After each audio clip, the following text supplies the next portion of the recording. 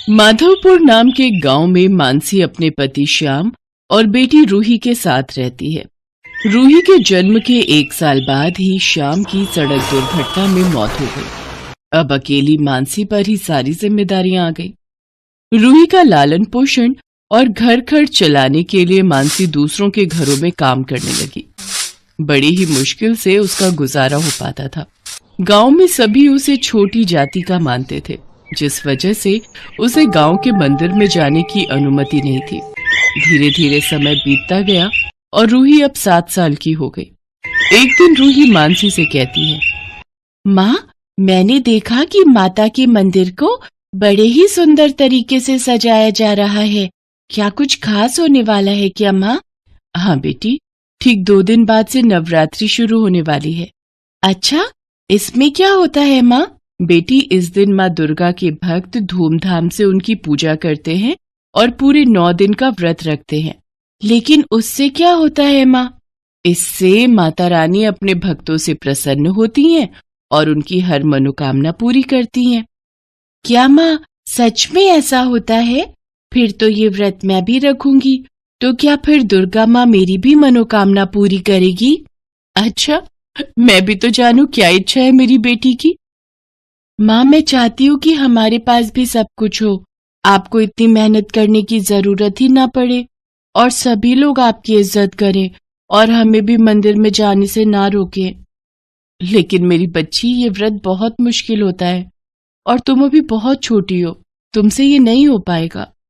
नहीं माँ, मैं ये व्रत रखूंगी और देख लेना, मैं पूरी श्रद्धा और साफ दिल तरीके से इसे रखूंगी।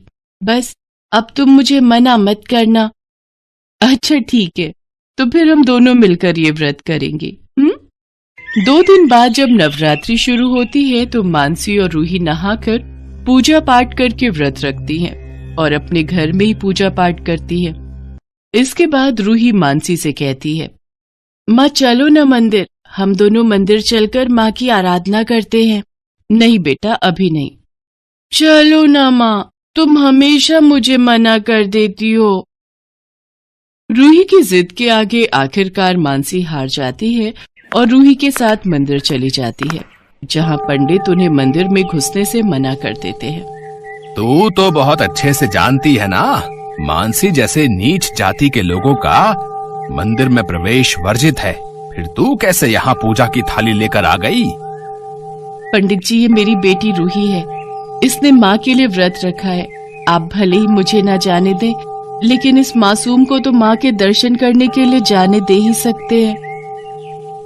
बच्ची है तो क्या हुआ, है तो नीच जाति की ही, इसके जाने से मंदिर अपवित्र ही होगा। तभी गांव के लोग भी बोल पड़ते हैं, अरे कितनी जिद्दी है ये माँ बेटी, अब तुम दोनों को समझ आ गया हो तो निकलो यहाँ से, वरना कोई और तरीका अपनाए तुम्हें यहाँ से निकालने का। इसके बाद मानसी रूही को लेकर वहाँ से चली जाती है, लेकिन जब सब आपस में लड़ रहे थे तभी मौका पाकर रूही ने बाहर से ही दुर्गा माँ के चरणों में अपने फूल अर्पित कर दिए थे और बिना किसी को कुछ कहे चुपचाप अपनी माँ के साथ घर आ जाती है। अगली सुबह जब पंडित ने मंदिर का दरवाजा खोला तो देखा कि बड़ी ही अच्छी महक मंदिर से आ रही थी। पंडित ने जब ध्यान से देखा तो वो महक माँ के चरणों में अर्पित कमल के फूलों से आ रही थी। बाकी वहाँ रखे सभी फूल मुरझा गए थे। ऐसा कैसे हो सकता है? असंभव।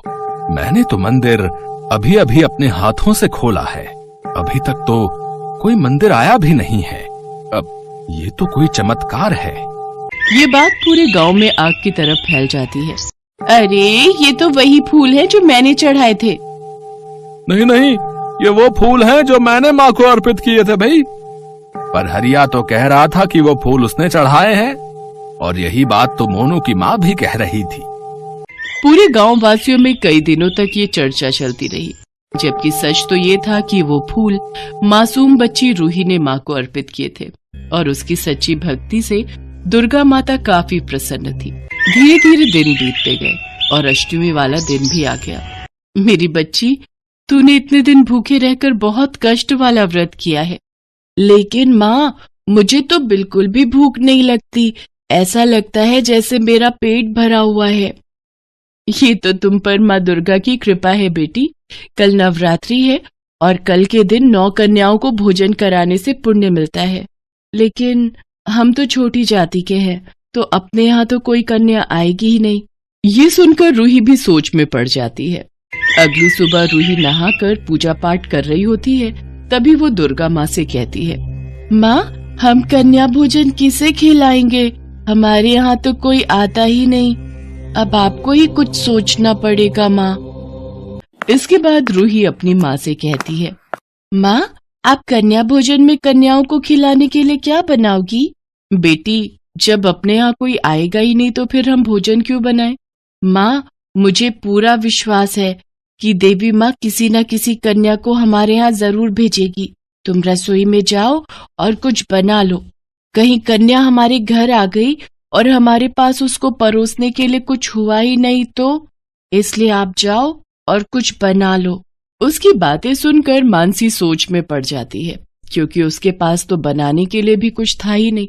लेकिन फिर भी अपनी बेटी का दिल रखने के लिए वो रसोई में चली जाती है। और जब वो आटे चावल का कनस्तर खोलकर देखती है तो उसमें राशन से सारे कनस्तर भरे हुए थे। साथ ही वहां पर हलवा, तेल, चीनी और भी ढेर सारा राशन उसकी रसोई में रखा हुआ होता है। ये देख मानसी हैरान रह जाती है और खुशी खुशी कन्याओं के लिए भोजन की तैयारी करती है। उधर रूही माता की मूर्ति के आगे जाकर कहती है, दुर्गा माँ, मेरे कहने पर माँ ने कन्याओं के लिए भोजन तैयार कर लिया है, लेकिन अभी तक तो कोई कन्या आई ही नहीं। अब आप जल्दी से किसी को भेज दीजिए, नहीं तो मेरी माँ बहुत दुखी हो जाएगी और अपनी माँ को दुखी देख मैं भी दुखी हो जाऊंगी। उसकी ये पुकार दुर्गा माँ सुन लेती है और 9 कन्याओं का रूप धारण करके मानसी के घर पहुँच जाती है और उससे कहने लगती है, काकी, जल्दी से हमें भोजन करवा दो। हम बहुत दूर से आई हैं और हम सबको बहुत जोरों की भूख लगी है काकी। हे माता रानी, आपने तो हमारी प्रार्थना सुन ली। ये तो सचमुच 9 कन्या है। इसके बाद खुशी के मारे मानसी की आंखों में आंसू आ जाते हैं और वो और रूही मिलकर सभी कन्याओं को बड़े ही प्रेम से भोजन परोसती हैं। भोजन करने के बाद सभी कन्याएं वहां से चली जाती हैं। देखा माँ, मैंने कहा था ना, दुर्गा माँ हमारी जरूर सुनेगी। शाम को हम माँ के दर्शन के लिए जाएंगे। पर तुम तो जानती हो ना बेटी, हमें कोई उस मंदिर में जाने नहीं देगा। कोई बात नहीं माँ, हम मंदिर के बाहर से ही दर्शन कर लेंगे। शाम को मानसी और रूही फिर मंदिर जाते हैं, लेकिन पंडित उन्हें मंदिर के अंदर जाने नहीं देता और गांव के लोग उनकी फिर ये हरकत देखकर गुस्से में आ जाते हैं और मानसी की डंडों से पिटाई करने लगते हैं। दर्द से चीखती मानसी वहीं गिर जाती है। उसे देख रूही उससे लिपट लिपट कर रोने लगती है। तभी वहां एक तेज रोशनी प्रकट होती है जिसमें से एक आवाज आती है, मूर्ख लोगों, तुम लोग खुद को बड़ा होशियार समझते हो। तुम लोगों ने मेरी परम भक्त को तकलीफ दी है। तुम सबको इसकी सजा जरूर मिलेगी। गांव के सभी लोगों को समझते देर नहीं लगती कि ये दुर्गा माँ ही है। पंडित के साथ गांव के सभी लोग हाथ जोड़कर दुर्गा माँ से क्षमा मांगते हैं। तुम लोग जिसे नीच समझते हो, वो तुम सब में सबसे श्रेष्ठ भक्त है मेरी, और मेरे मंदिर में प्रवेश करने से तुम किसी को नहीं रोक सकते। यही मेरी सच्ची भक्त है। अब हमारी गलती को माफ कर दो माँ, हम ना समझ हैं। हमारी भूल को माफ करो माँ, हम सबको माफ कर दो माँ। फिर मानसी दुर्गा माँ से हाथ जोड़कर कहती है, मेरी वजह से इन सबको सजा मत दो माँ, इन सबको माफ कर दो। हाँ देवी माँ, इन सबको माफ कर दो। सिर्फ मानसी और रूही के कहने पर ही मैं तुम सबको माफ करती हूँ। बेटी, तुम दोनों का मन बहुत पवित्र है और इसी वजह से मैं इस गांव पर कभी कोई कष्ट नहीं आने दूंगी। हमेशा इस गांव की रक्षा करूंगी। माँ, आप मुझे दिखाई क्यों नहीं दे रहे हो? मैं आपके दर्शन करना चाहती हूँ माँ। नहीं बेटी, मैं सबको दर्शन नहीं दे सकती, लेकिन तुम और मानसी मेरे दर्शन के हकदार हो, इसलिए केवल तुम दोनों ही मुझे देख सकती हो। उस दिन भी मैं ही तुम्हारे घर 9 कन्या बनकर आई थी। मुझे माफ कर दो माँ, जो मैं उस रोज आपको पहचान नहीं पाई। इसके बाद दुर्गा माँ मानसी और रूही को अपने दर्शन देती है, लेकिन वहाँ मौजूद गांव वासियों को रोशनी के अलावा कुछ भी दिखाई नहीं देता। मानसी, मेरी कृपा से तुम दोनों की हर मनोकामना पूरी होगी। इतना कहकर माँ वहाँ से अंतर्ध्यान हो जाती है।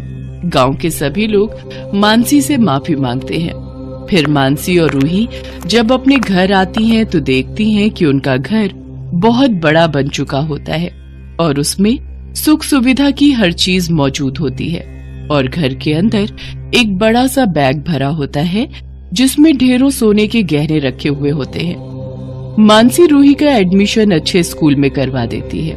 अब माँ बेटी दोनों दिन रात माँ दुर्गा की भक्ति किया करती हैं। इस वीडियो को लाइक करें, हमारे चैनल को सब्सक्राइब करें, बेल आइकन जरूर प्रेस करें हमारी न्यू वीडियो सबसे पहले देखने के लिए।